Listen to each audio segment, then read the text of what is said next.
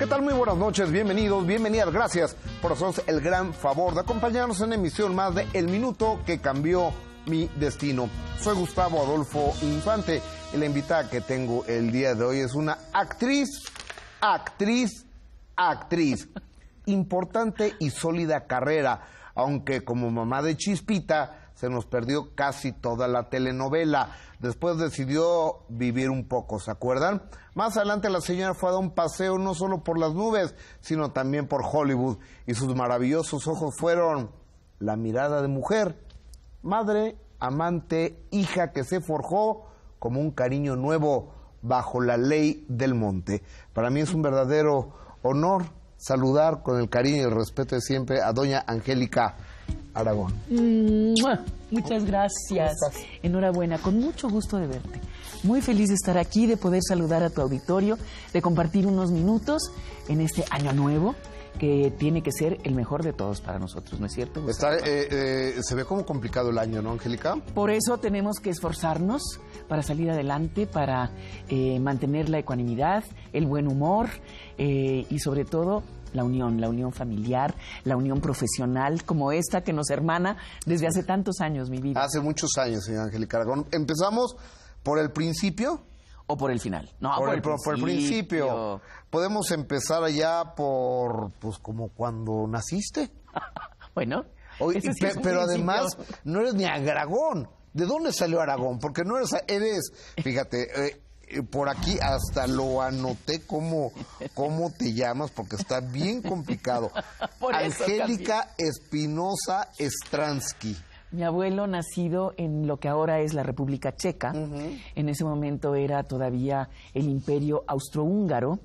Él peleó en la Primera Guerra Mundial con el ejército de Francisco José de Austria, de modo que, bueno, ese apellido es eslavo y viene de allá, de Europa Oriental. Stransky. Stransky. Mi abuela, la mamá de mi papá, que nunca conocí porque murió cuando mi papá era un niño de 5 años, era Fredesvinda Aragón Gastelum. Caray, está muy complicado ese nombre. Fíjate, Fredesvinda nunca supimos, sino hasta muy recientemente, es la santa patrona de la ciudad de Oxford, en Inglaterra. Okay. Entonces, tiene una tumba antiquísima y ahí averiguamos que el nombre viene de ahí. Mi abuela no nació en Inglaterra ni en Oxford, nació en el norte del estado de Sinaloa, en una población muy pequeña. Y como yo nunca la conocí y como mi papá la extrañó siempre tanto por haber sido huérfano de madre finalmente, decidí adoptar su apellido para recordarla todos los días. Entonces, el Aragón es mi tercer apellido. Es tu tercer apellido. El de mi abuela paterna. Qué maravilla. ¿Dónde naces? Aquí en la Ciudad de México, yo creo que en la avenida Insurgentes Centro. Mi familia vivía en la Colonia del Valle, en lo que ahora es el eje vial Gabriel Mancera, una colonia que en ese momento era muy vivible, muy de familias con niños chiquitos, de salir a caminar al parque, todo el mundo su mascota, su perro, etcétera. ¿Tienes perro? Ahora tengo, y en ese momento también. En ese momento mi papá tenía un perro que se llamaba El Gringo, porque era un perro callejero, pero era rubio, pues, güero, como decimos. Y ahora tengo 2 perras, una que es una pseudo schnauzer, se llama Martina. ¿Por qué pseudo? Pues porque la vende como schnauzer abajo de los puentes del periférico, pero ya que crece te das cuenta que tiene 1000 otras razas ahí revueltas. Criollita. Delmer. Cado. Pero cariñosa, inteligente, brava, defiende su territorio y sobre todo amorosísima. Y luego otra perra más grande que es un tipo sabueso, muy grande, muy pesada, de cacería, por supuesto, que se llama Olivia. Qué chulada. Oye, Angélica, eres hija tú de José Ángel Espinosa, el gran Ferrusquilla. Así es. Pero tus papás estaban separados cuando tú eras niña. ¿Estoy en lo correcto? Ellos se divorciaron cuando yo tenía 3 años. O sea, no los recuerdas juntos. Realmente no, pero los recuerdo siempre amables. Porque lo que yo les agradezco, porque lo he entendido a través de los años, cuando una relación no es bien avenida, pues hay que romperla, terminar con ella. El divorcio finalmente es una buena salida a un matrimonio complicado, yo creo. Y ellos, como nunca se faltaron al respeto, Gustavo Adolfo, como se separaron a tiempo, no se había deteriorado su relación de amistad, entonces pudieron seguir siendo amigos toda su vida. Oye, y ahora, ¿qué tanto vivías con tu mamá y qué tanto vivías con tu papá? Porque cuando, por lo menos en México se estila que cuando una pareja se divorcia, pues el niño o la niña tienen que tomar la decisión de con quién vives, con papá o con mamá, ¿no? Bueno, ahí éramos mi hermana y yo muy chiquitas como para tomar esa decisión, pero naturalmente pues uno se va con la mamá, sobre todo porque mi mamá era maestra en la misma escuela donde estábamos estudiando, etcétera. Pero mi papá era muy formal en cuanto al tiempo que pasábamos con él. El viernes en la tarde estaba ahí a recogernos y hasta el domingo por la noche nos devolvía a casa de mi mamá y nos llevaba a todo tipo de espectáculos, ya fuera el circo o el box o el béisbol, pero siempre... Pero pues el box para unos niños no estaba como padre, ¿o sí? Pues mira, diferente. Claro, a uno le gustan distintas cosas de cada deporte, en este caso. Yo, por ejemplo, el béisbol lo entendía más o menos, pero apreciaba mucho los tacos de canasta que vendían en el Parque Delta. Claro. Entonces, pero lo que... Pero no se llama Parque Delta, ¿cómo se llamaba?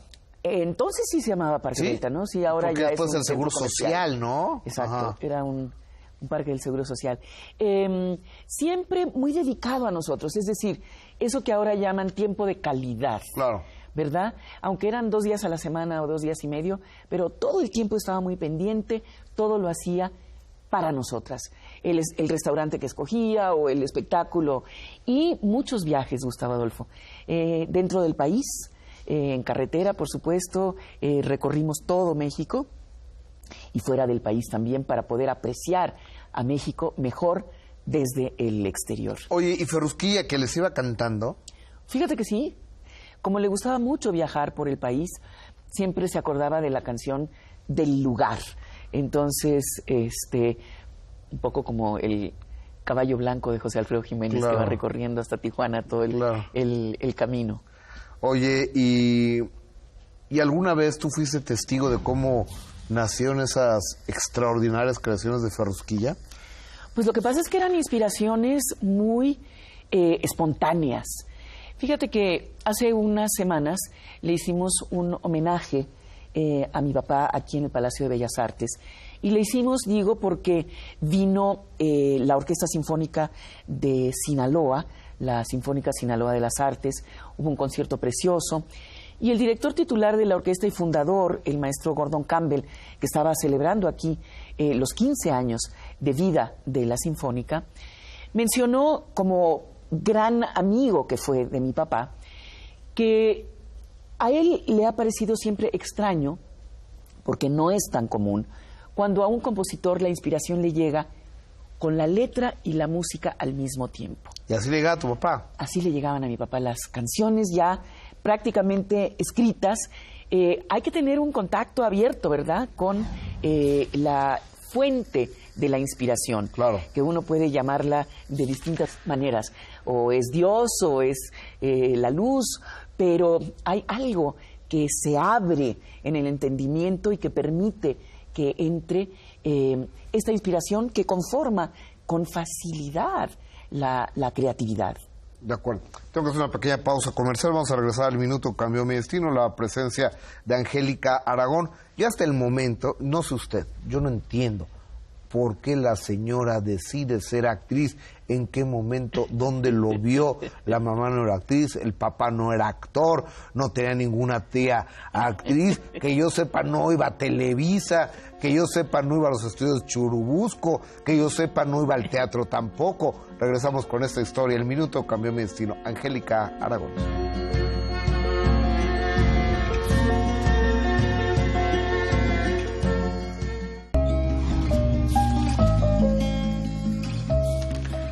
Yo estaba seguro que usted no la había cambiado. Angélica Aragón, ¿qué fue de Sonia Stransky, tu mami? Mi mamá murió hace 4 años. Ella, una mujer políglota, cuando mi papá la conoció, hartos ella idiomas. Trabajaba para la Embajada del Canadá como traductora trilingüe, porque dominaba el inglés, el francés y, bueno, por supuesto, el castellano. Fue durante muchos años secretaria particular del maestro Carlos Chávez, el director y fundador de la Orquesta Sinfónica Nacional. Ella le manejaba toda la correspondencia en otros idiomas distintos al español, que en este caso eran el inglés y el francés, pero tenía correspondencia con compositores como Stravinsky, por ejemplo. Entonces mi mamá se inspiraba muchísimo en esa faceta de su vida por su relación cercana con el maestro Chávez. Oye, ¿y qué fue de Vindia, tu única hermana carnal, no? Mi hermana Vindia, que falleció hace 8 años ya. Y ¿Cómo fue la relación entre Vindia y Angélica? Siempre muy cercanas en todo lo relacionado a la escuela, a los juegos, a las amistades, muy cómplices. Y sobre todo porque como mi padre era muy equitativo, es decir, en el cumpleaños de una había regalos para las dos, cumpleaños de la otra, regalos para las dos, por ejemplo, ¿no? Cuando yo cumplí 15 años... ¿Por qué en el cumpleaños tuyo iba a haber regalos para tu hermana? No entiendo. Para que no hubiera rivalidades, celos, etcétera. Y porque, bueno, mi papá regalaba un regalo como, no sé, una bicicleta. Entonces, una hermana con bicicleta y la otra sin bicicleta, claro, se vuelve más complicado y no tan divertido. Pero, por ejemplo, cuando yo cumplí 15 años, las dos fuimos de viaje. Cuando ella cumplió 15 años, las dos fuimos de viaje a Europa. ¿Quién era mayor? Con mi papá. Yo. Ok. ¿Y de qué fallece Vindia? Un accidente automovilístico. Ay, Dios. ¿Dejó hijos? 2 hijas que son mis consentidas. Tengo 3 hijas ahora. La mía propia, María, después Juliana y Yuriria. Juliana es cineasta, egresada de la Escuela de Cine de Cuba y aquí antes de la Ibero. Vive en Suiza, trabaja para la televisión suiza, hace documentales. Y Yuriria es directora de ópera, entre otras cosas. Acaba de regresar a vivir a México después de un tiempo en el extranjero, en Londres y en Nueva York. ¿Y por qué actriz? Bueno, hace un momento mencionabas que ninguno de mis padres fue actor. ¿Sí? Mi papá, además de compositor, sí fue actor de varias películas, de muchas películas, actor cómico incluso también.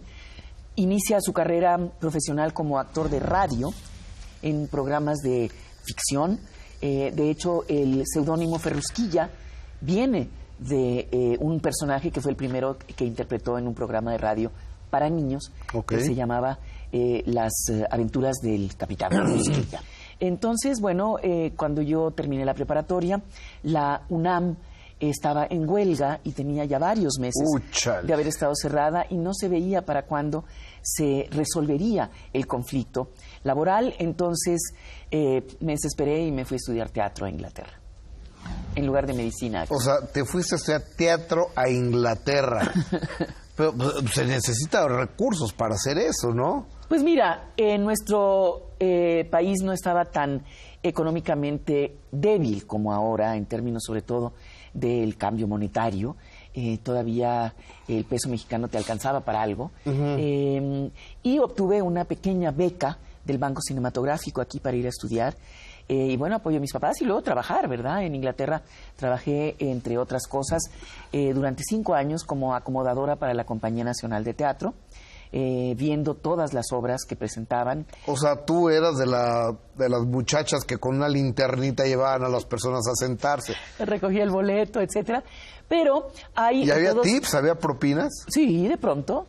No necesariamente, pero lo que estaba subsidiado era todo lo demás, el transporte, la comida, por ejemplo. Entonces era muy práctico trabajar ahí, pero sobre todo yo siempre pedía el asiento que estaba dentro de la sala de teatro, porque uno podía tener, ¿verdad?, una responsabilidad en la puerta, en el bar o en el restaurante del teatro, en la librería, pero a mí me gustaba sentarme adentro de la sala a mirar las obras de teatro infinidad de veces, porque finalmente, más allá de la escuela donde estudié, que es considerada posiblemente la segunda más importante de Inglaterra, la Escuela de Londres de Arte Dramático y Música, el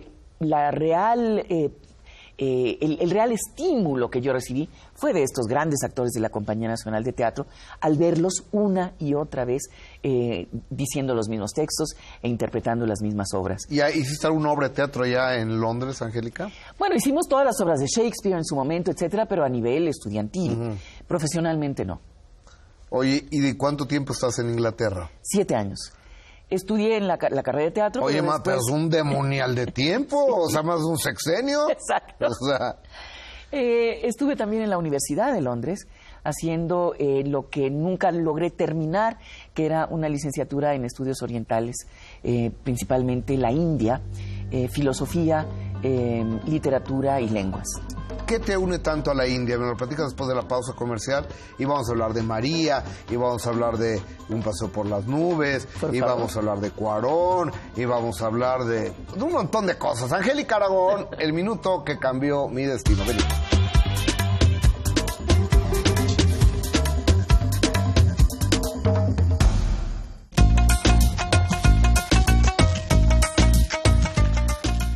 Muy cercano, muy ligado al minuto que cambió mi destino en la vida de Angélica Aragón está la India. ¿Estamos en lo correcto, Angélica? ¿Estamos? ¿Qué pasó? ¿Por qué la India? ¿Por qué la filosofía hindú o india? Yo primero siento cierta afinidad con lugares, con épocas de nuestra historia, ¿verdad? De pronto, por ejemplo, sin haber tenido mayores referentes, Egipto era muy importante para mí en mi infancia. Todo lo que encontraba de Egipto, fotografías, artículos, etcétera, me llamaban muchísimo la atención. Y visitando Egipto hace no tantos años, tal vez 5 o 6, de pronto tuve dos ¿No lo conocías? encuentros, no en esta vida, dos encuentros muy, muy sorprendentes. Primero con un hombre que manifestó ser hermano mío y que los dos habíamos sido hijos de Ramsés, uno de los grandes faraones, que fue el que más construyó, etcétera, etcétera. Y, Perdón, Angélica, me perdí totalmente. O sea, ¿cómo encontraste un hermano tuyo en Egipto? Él a mí, yo estaba caminando en la calle y me dijo, tardaste mucho en volver. Y pensé que me estaba confundiendo, que le estaba hablando a otra persona. Me dijo, no, sí es contigo el asunto. Dice, ¿En qué idioma fue eso? En inglés. Ajá. Pero más sorprendente aún fue una señora, ella me imagino que era de origen berber, que son los nómadas del norte de África. Una mujer completamente vestida de negro, con el velo, y entramos cerca de un oasis a unos 40 kilómetros de Libia. Entramos a comprar leña y agua de garrafón para cocinar en la noche en el desierto.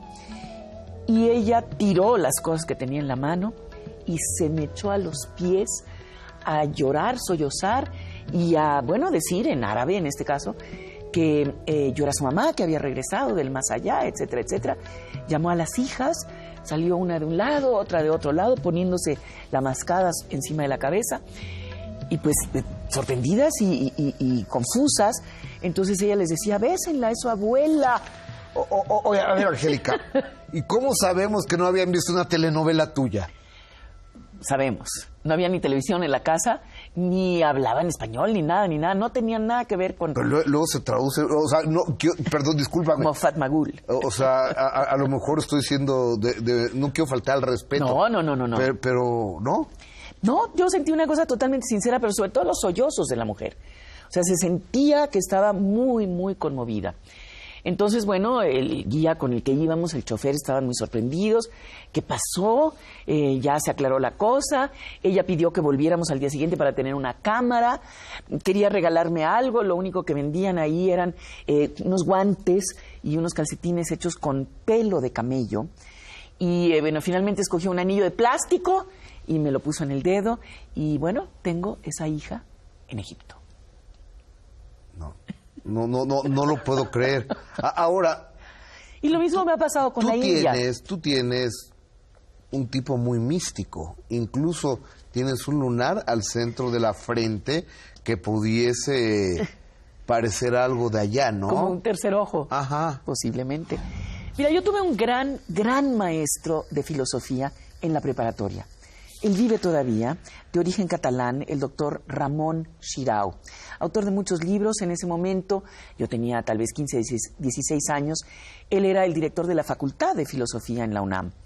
Entonces, bueno, inmediatamente que empezamos a tener clase con él, se sintió el nivel de un maestro universitario que tiene una cantidad de conocimientos muy importante.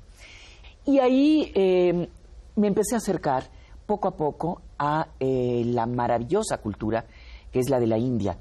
No solamente su historia, su filosofía, sino su arte. Tuve oportunidad de viajar y de vivir un año allá. No conozco, pero no es demasiado pobre, Angélica. No es un insulto de pobreza. Pues mira, tal vez para alguien que llegue de Estocolmo, ¿verdad? O no sé, pero viniendo de México es un país muy, muy parecido. Efectivamente, hay grandes desniveles, ¿verdad? Sociales, pero por otro lado una gran, gran riqueza cultural. Y eso hace que sea un país sumamente atractivo, porque su cultura está muy viva todavía. Pero tal vez el minuto que cambió mi destino, Gustavo Adolfo, fue cuando, estando en Calcuta, un bailarín, un artista, un poeta, me dio una dirección para buscar una escuela de danza en un lugar muy distante a esta ciudad en la que nos encontrábamos. De hecho, el otro lado del país, y la India es un país gigantesco, aunque se vea chiquito en el mapa, pero tú cuando lo recorres en tren son días y días y no lo acabas. Muy, muy grande y muy variado. El periódico oficial se imprime en 14 idiomas todos los días, 14 idiomas diferentes. Caray. Con un abecedario distinto, o sea, no es como el italiano, el portugués, el español, el francés, que son muy, muy cercanos. Ahí son idiomas realmente muy diferentes. Y esa dirección de esa escuela de danza a la que llegué meses después, porque no tenía previsto ir, pero había guardado ese papelito. Y una vez que llegué a esa escuela, entendí la razón de ser de mía como profesionista dentro de esta, digamos, área que es la actuación, el teatro, ahora, bueno, el cine, la televisión, pero finalmente el teatro. Vi una función de un tipo de danza ritual clásica que se llama Kathakali, que quiere decir danza teatro, o sea, danza texto. Son funciones, son obras que duran toda la noche, desde que se pone el sol hasta que sale en el ¿Toda la amanecer. noche? Toda la noche. Claro, tú te puedes levantar, ir a tomar un café, un jugo, al baño, lo que sea, pero ellos siguen toda la noche. Y lo que sucede ya con el cansancio, Gustavo Adolfo, es que tu mente empieza a relajar los, vamos a decir, frenos inhibitorios que tiene y empieza a recibir ya sin resistencias lo que te están presentando. Las historias, las canciones, los movimientos, las referencias filosóficas a las que se alude en esas historias. Y de pronto me sentí tocada en un punto muy, muy profundo de mi interior por una cultura sobre la cual tenía yo muy pocas referencias, pero tan directamente porque finalmente el arte está pensado para lograr eso, para tocar tu corazón más allá de tu entendimiento. Entonces, yo no entendía el idioma, no conocía las historias, nunca había visto ese tipo de teatro y sin embargo era totalmente natural para mí y totalmente cercano. Entonces, bueno, pues me ocupé de investigar, de adentrarme en eso, empecé a estudiar con ellos ahí y me di cuenta de que lo que a mí me había faltado durante tantos años en Inglaterra era una razón de ser del actor. El propósito del actor es el de hacer posible el contacto entre tu corazón y algo mucho más grande, que podemos llamar Dios, que podemos llamar espíritu, que podemos llamar inspiración. Hablábamos de la inspiración que le llegaba a mi papá de algún lado. Y finalmente, el Oriente no entiende el arte sino como una manifestación religiosa. Okay. Y eso es lo que a mí me faltaba en Occidente. No que tengamos que hacer obras sobre Jesucristo, o no que todo el teatro que se haga tenga una temática religiosa. El espíritu del que se dedica a eso es el que tiene que estar en contacto con alguna inspiración divina para que entonces realmente el espectador reciba algo más allá de lo que puede generar por sí mismo. Angélica Aragón, yo te sabía culta, no tan culta. Déjame hacer una pequeña pausa comercial. Pero no quiero faltar al respeto al trabajo, nunca. El trabajo es sagrado y es lo que nos tiene aquí. Pero después de toda esta explicación, de toda esta investigación y demás, ¿cómo llegas a Chispita? Con esto venimos.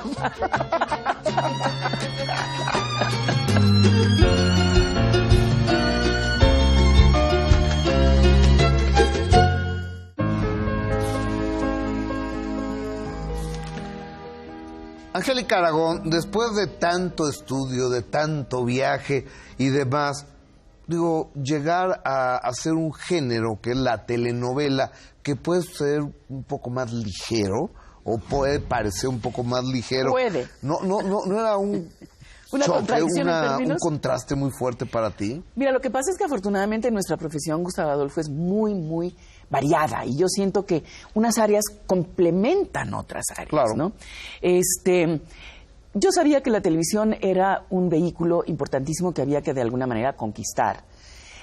Nunca me imaginé hacer telenovelas durante los siguientes 30 años, pero sí sabía que era una manera de entrar a todo un medio artístico en nuestro país, no solamente el televisivo, ya que yo no había tenido ninguna formación acá.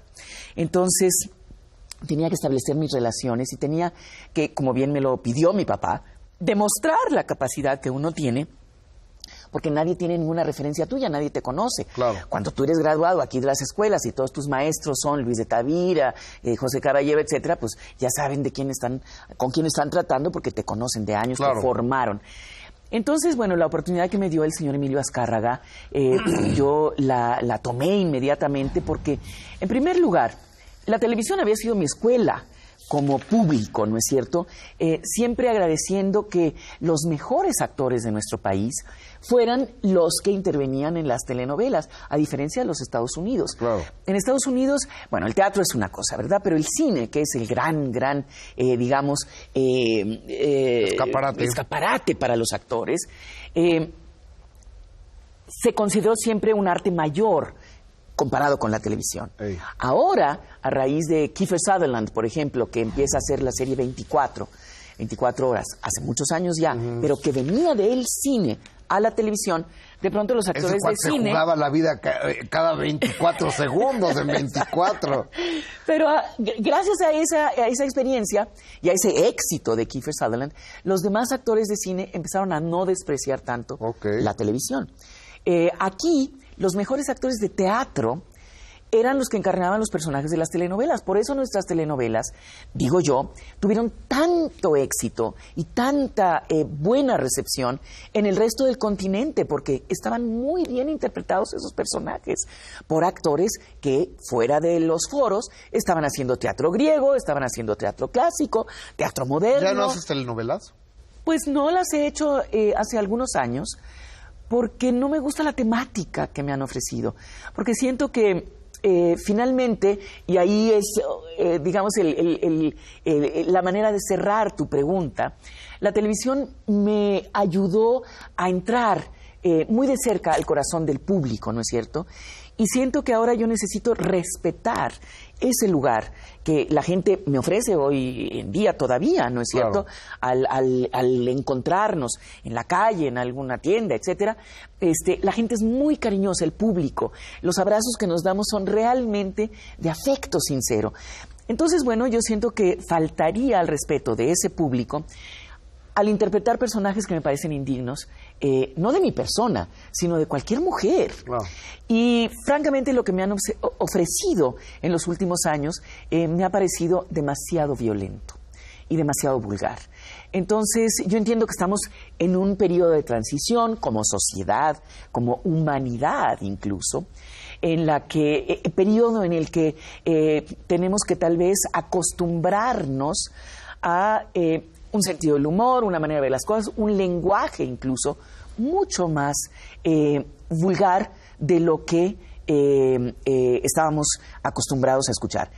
Y creo que eso pues es una parte natural de un proceso de desarrollo de la cultura y de la humanidad. Sin embargo, el exceso de violencia en la televisión me preocupa mucho, me preocupa por los niños.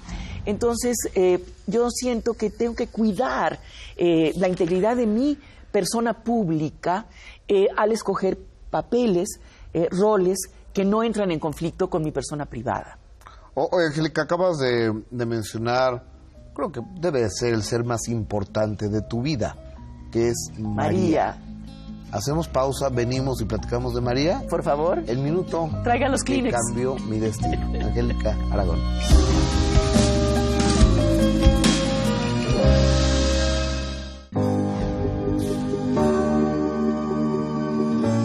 La recta final de esta conversación con la señora Angélica Aragón, el minuto que cambió mi destino. 27 años tiene María.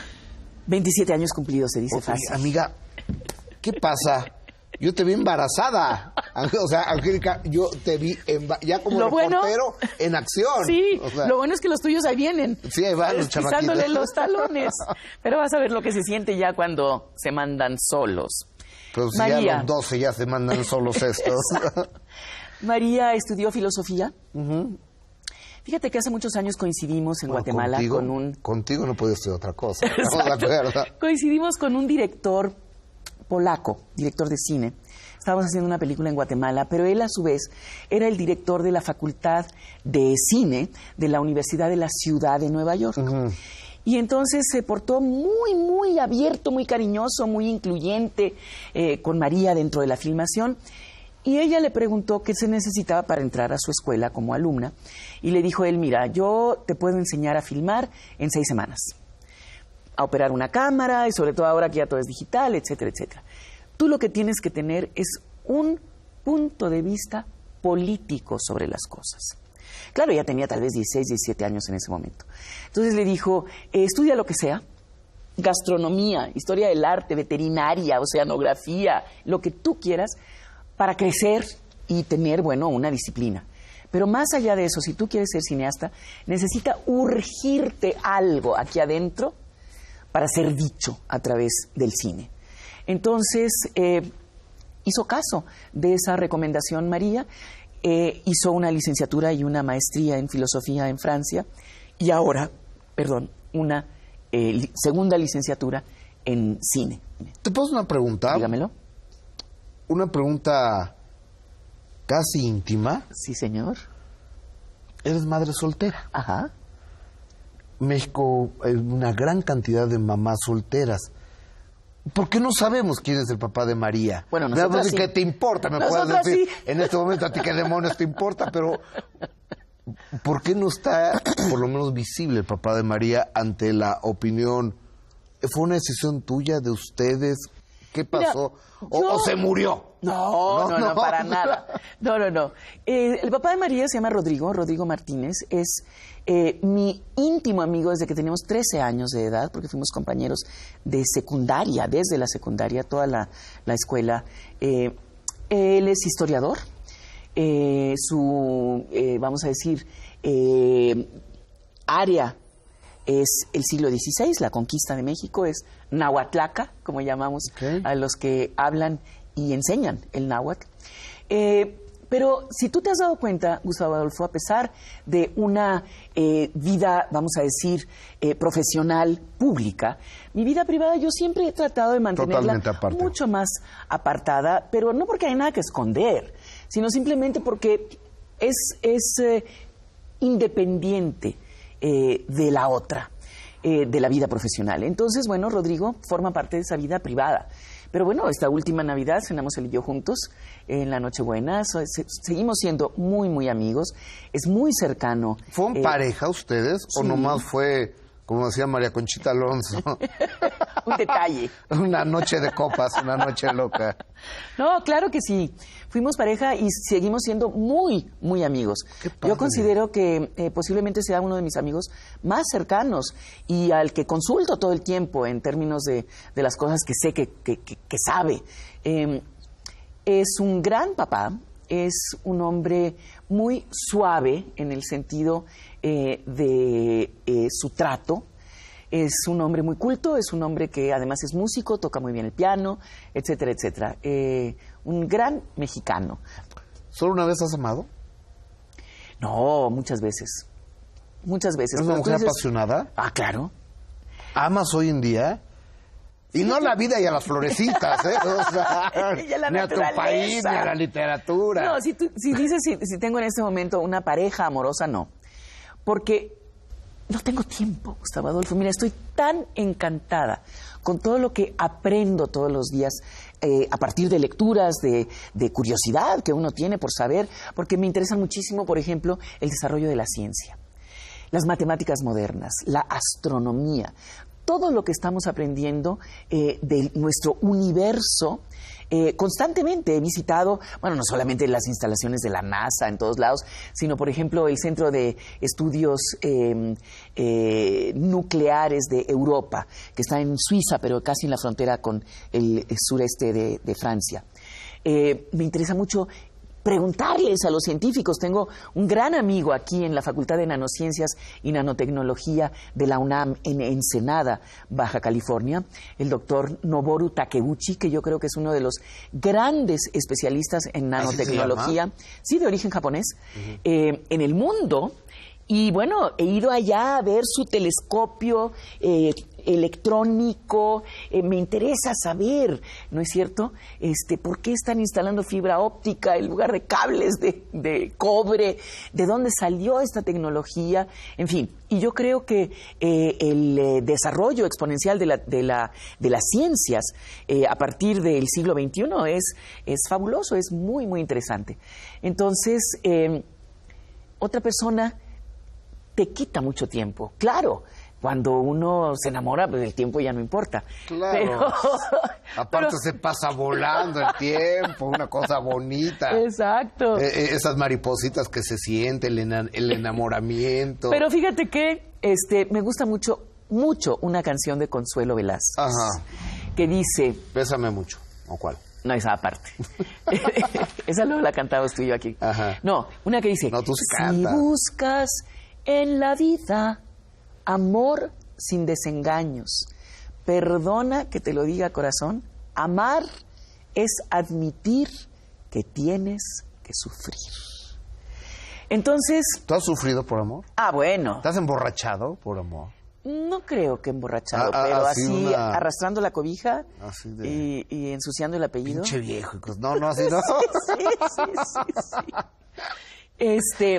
Es que el desamor es terrible, Gustavo Adolfo, ¿o no?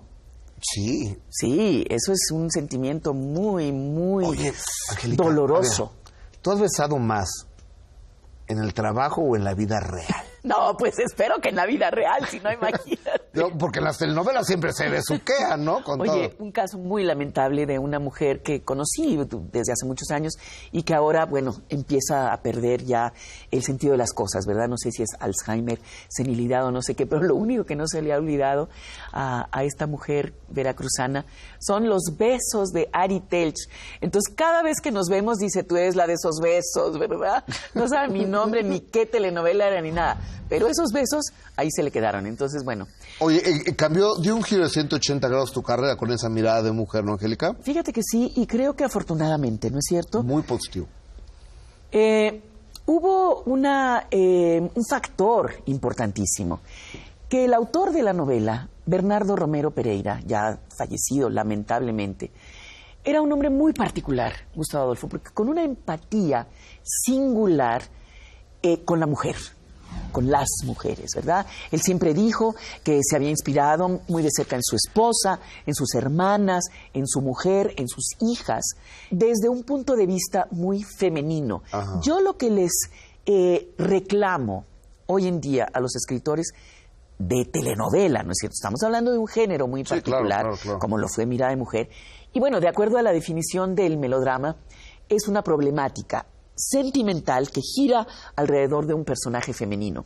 Pero si tú como autor no entiendes a ese personaje femenino desde el interior, Entonces difícilmente vas a convencer. Y yo lo que creo que está fallando desde esa época ahora, en los últimos 20 años vamos a decir, es que las telenovelas tradicionalmente habían sido escritas por mujeres. Y lo que te voy a decir es completamente sexista y lo asumo. Acuérdate de todas las autoras desde los años 50. Inés Rodena, Caridad Bravo Adams, Fernanda Villeli, Marisa Garrido, etcétera, etcétera. De pronto incursionan los hombres para escribir telenovelas sin tener esa empatía que demostró Bernardo Romero Pereira. Entonces, ¿qué es lo que sucede? Esos personajes femeninos realmente son la proyección que el hombre tiene de la mujer, la idea que el varón quiere que la mujer tenga de sí misma, pero no necesariamente corresponde con la realidad. Claro. Entonces, por eso me siento alejada de esos personajes, porque creo que no entienden los autores varones no por ser varones, sino porque hay que establecer una empatía con tus personajes para realmente poderlos hacer trascendentes, ¿no es cierto? Porque las historias de las telenovelas finalmente son la educación, en muchos casos, del público televidente. Yo siempre digo, por lo menos que haya una idea rescatable por escena o por capítulo. ¿Hace cuánto que no haces una novela, Angélica Aragón? Tal vez unos 6, 7 años. Bueno, qué bueno que hace una mujer organizada y ahorrativa, porque yo no cobro esta quincena y estoy en problemas, ¿no? O sea... Pero mira, afortunadamente el cine está ahí para uno explorarlo. Qué rico está el cine mexicano. ¿Verdad que sí? Qué rico, me encanta. Durante años, Gustavo Adolfo, tuve que darle preferencia a la televisión, porque así lo había yo escogido o elegido, en relación al cine. Dejé de hacer un número importante de proyectos cinematográficos, no me arrepiento, pero bueno, fue un hecho. Entonces, por ejemplo, cuando Sonia Braga, una actriz brasileira, entra a Hollywood, es con una película de Robert Redford que se llama Milagro Beanfield War. A mí me llamó para ese papel, no pude hacerlo porque estaba haciendo una telenovela. Entonces, bueno, no pasa nada, pero uno entiende que, por lo menos en esta etapa de mi vida, quiero estar disponible para esos proyectos cinematográficos. ¿Te interesa Hollywood? ¿Te interesa Hollywood? Bueno, en principio sí. Es que me gusta más, a mí me gusta más el cine que se hace en México, creo que se hace con más corazón. O sea, allá el budget, el presupuesto, pues es una maravilla en los gringos. Claro. Pero el corazón se hace aquí en México, ¿no? Aquí en México. Digo, a mí me interesa Hollywood no como un destino final, no como una meta, sino como parte de una industria que, importantísima y de la cual dependemos nosotros en muchas instancias. Pero el cine sí como una manifestación artística mucho más cuidada que la televisión, ¿no es cierto? Sí, claro. Entonces, bueno, uno siente que puede tener más control sobre eso. La telenovela es que te arrasa. Yo no sé ahorita cuántas telenovelas he hecho en mi vida, tal vez 30, son 30 años. Y muy bien, muy bien disfrutados. Es decir, adoré mi carrera en la televisión mexicana, tanto en Televisa como en Televisión Azteca, pero en este momento tengo una calidad de contenido en mi trabajo que me es muy importante. Colaboro, por ejemplo, entre otras cosas, con un programa de Bellas Artes de lectura en voz alta. Voy a leer literatura a las poblaciones, no solamente al público de menos años, secundaria, preparatoria, sino al público adulto también. Y me encanta ver cómo se están entrando, ¿verdad?, en la dinámica de una novela. Esas señoras al final se regalan los libros, etcétera. Una promoción de la lectura que creo que es importantísima para el futuro de nuestro país. Trabajo mucho en festivales de poesía, por ejemplo, no solamente aquí en México, fuera del país también. Y qué bien recibe la gente la poesía cuando te das el tiempo de escucharla. Entonces es otra etapa. Ahora, no estoy negada para nada ni a la televisión ni a las telenovelas, pero tendría que venir una historia que realmente enalteciera a los personajes. No, olvídate, femeninos. no va a venir, olvídate. Oye, Angélica Aragón, a lo que sí estás negada es a la jalada, ¿verdad? A la jalada de piel, sí. A la cirugía plástica. Negada porque hice un juramento a Isabela Corona, que en paz descanse, gran actriz. tuvimos una amistad muy cercana en ya la última etapa de la vida de ella. Ella estuvo en la telenovela, que hice con Victoria Rufo, que se llamó La Fiera. Y me dijo, mírame. ¡Qué chulada! Porque el papá estuvo 20 años en la cárcel por un delito que no cometió. Exactamente. Pero Isabela, con todas sus arrugas y sus años a cuestas, reflejados esos años en su rostro, me decía, mírame, la gente sabe la edad que tengo, porque se me nota, pero sigue siendo mi mirada, sigue siendo mi sonrisa. Y creo que eso es muy importante. A mí me pasó con una amiga que era muy, muy cercana amiga mía en la infancia, que de regalo de 15 años pidió que la operaran de la nariz, porque no le gustaba su nariz. Y ya ves que se estila eso y mucha gente se opera. Y otra las boobies. Entonces, cada quien se opera lo pero que ahorita quiere. todavía estábamos en esa época de la nariz. Ajá. Y no la reconocí después de su operación. Sabía que era ella, pero su cara era otra.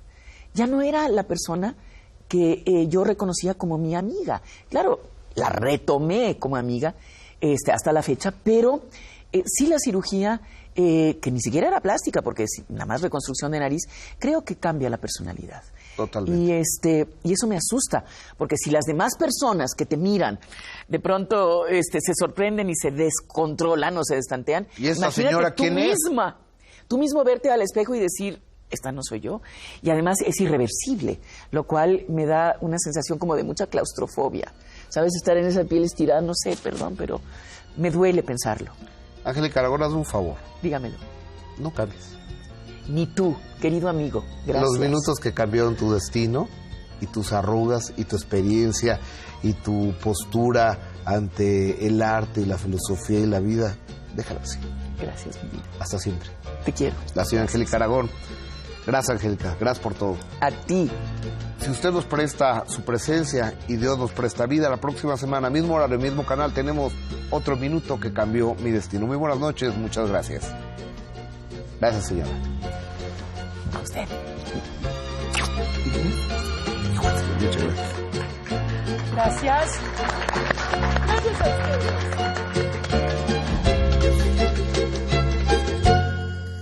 Tú abriste una brecha muy importante para las demás generaciones de directores en Hollywood, ¿no? La película Como agua para chocolate abrió las puertas del cine mexicano, el cine en español, al mercado mundial. Luego luchamos mucho con el presupuesto, porque en ese tiempo una película costaba $300,000 y Como agua costó $2 millones. Wow, ¿de dónde lo sacaste? Bueno, primero llevé el guión a todos mis cuates de Hollywood y nadie la quiso. Y empeñé mi casa y a mi abuelita y conseguí el dinero en un banco y hice la película. Un milagro, una mujer ahí fantástica compró la película y se la llevó a Cannes. Ajá. A venderla. Y estábamos ella y yo afuera comiéndonos las uñas, ¿no? de nervios. Y vemos que a media película se salen dos chinos corriendo, ¿no? Y además no salieron porque no les gustó, se salieron a media película a comprar la película antes que se las ganaran. ¡Wow! Entonces, a partir de ahí, el siguiente día se llenó la sala y al siguiente día yo tuve como 35 ofertas. ¿Y tu vida cambió? Mi vida cambió. El minuto que cambió mi destino. Fue así, la magia.